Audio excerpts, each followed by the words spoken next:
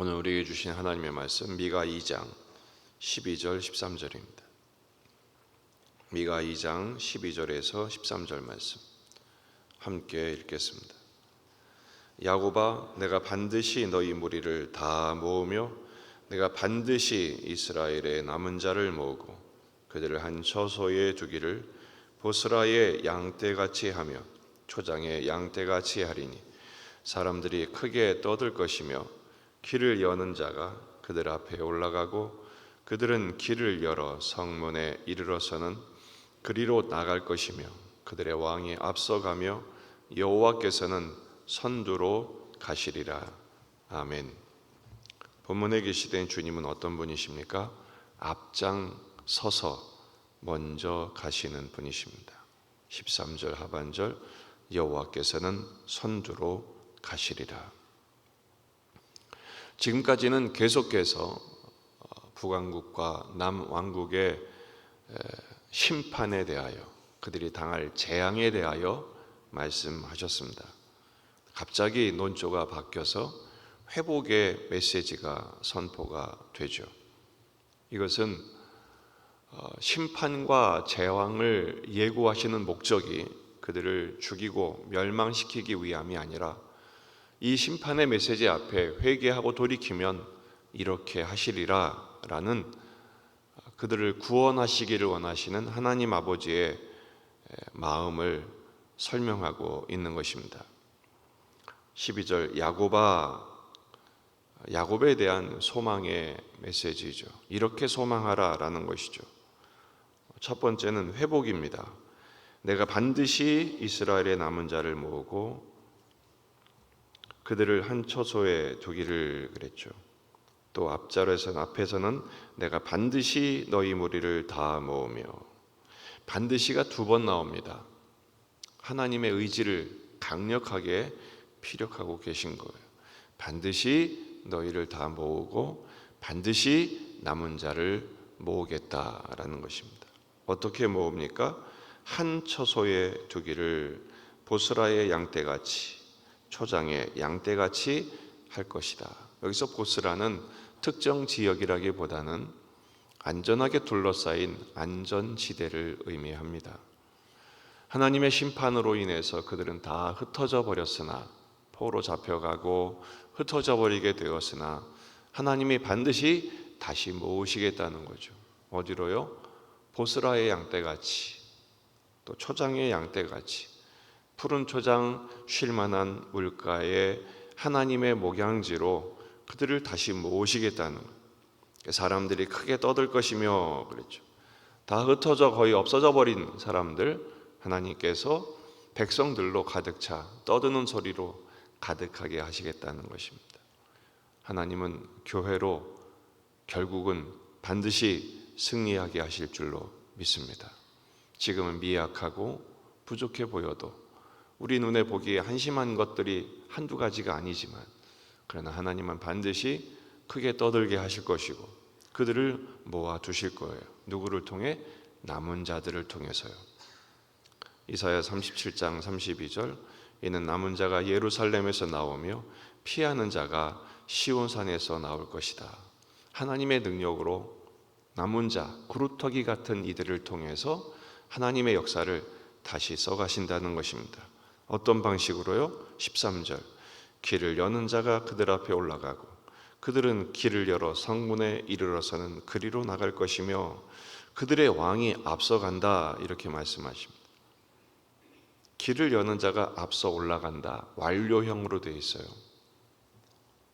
하나님의 의지가 이만큼 강력하시다는 거예요.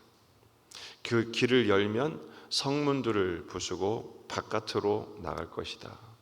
모든 장애를 헐고 무너뜨리고 딛고 나가게 될 것이다. 형통이 뭐죠?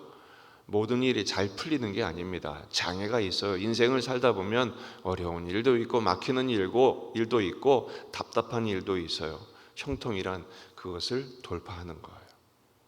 뚫고 가는 거예요. 넘어서는 것입니다. 그게 하나님의 방식입니다. 그들의 왕은 앞서간다. 앞장서서 걸어간다. 지금까지 북왕국과 남왕국의 왕들은 어떻게 했습니까? 백성들을 앞세웠죠. 자기 살자고 백성들을 앞세우고 백성들을 압제하고 학대했어요. 그러나 새로운 왕은 어떻게 합니까? 먼저 갑니다. 원래 훌륭한 지휘관과 훌륭한 통치자는 자기가 책임을 지죠. 그리고 백성들이 그 뒤를 따르는 것입니다. 이것은 하나님이 하시는 대로 따르는 것이죠. 마지막 부분에 여호와께서는 선두로 가시리라.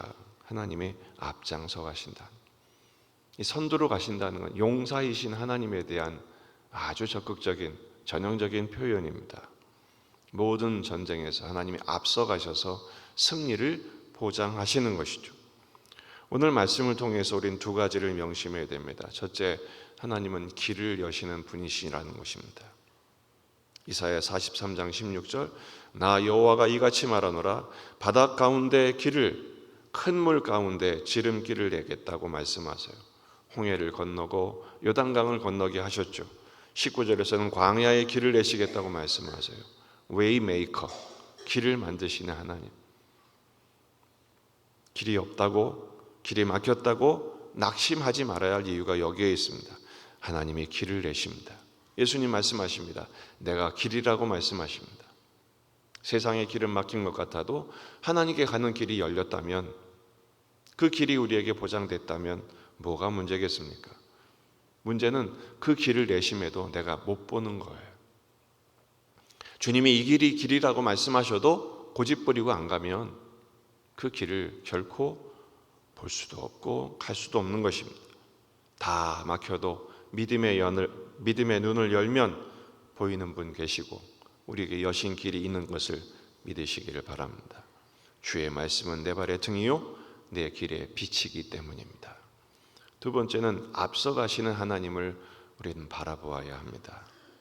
하나님은 모든 형편, 모든 상황에서 먼저 앞서 가십니다. 나 혼자라고, 하나님 날 떠나셨다고, 날 버리셨다고 그렇게 불신앙의 말을 하지 말라는 것입니다. 신명기 1장 29절, 내가 너희에게 말하기를 그들을 무서워하지 말라, 두려워하지 말라. 너희보다 먼저 가시는 너희 하나님 여호와께서 애굽에서 너희를 위하여 너희 목전에서 모든 일을 행하신 것 같이 이제도 너희를 위하여 싸우실 것이며 광야에서도 너희가 당하였거니와 사람이 자기의 아들을 안는 것 같이 너희 하나님 여호와께서 너희가 걸어온 길에서 너희를 안으사 이곳까지 이르게 하셨느니라. 앞서 가셔서 우리를 방치하시는 것이 아니라 자기 아들을 아는 같이 우리를 안으시고 독수리가 제 새끼를 등에 업고 나는 것처럼 우리 하나님께서 우리를 그렇게 붙드신다는 말씀입니다. 오늘 하루 어디를 가든지 무엇을 하든지 명심하십시오. 하나님은 거기에 먼저 가십니다. 불기둥과 구름기둥으로 인도하시듯이 우리를 인도하시고 우리를 안으시며 우리를 이끄실 것입니다. 길을 열어주실 것입니다. 결코 낙심하지 말고 오직 주를 바라보며 기도하십시다. 그리고 주님이 주시는 말씀 붙들고 순종하며 피 흘리기까지 죄와 싸워 이기고 오늘의 삶을 살아내십시오. 주님이 함께 하셔서 주 예수와 동행하는 바로 그 순간 그곳을 천국 되게 하실 것입니다. 이 은혜를 확신하며 승리하는 저와 여러분이 되기를 주의 이름으로 축원합니다. 기도하십시다. 말씀을 붙들고 우리 자신과 가정과 교회와 이 지역의 복음화, 민족의 복음화, 세계 복음화를 위해서 환우들을 위하여 군인 아들들, 수험생들을 위해서 기도하시고 여러분에게 주신 기도 제목 가지고 간절히 기도하십시다.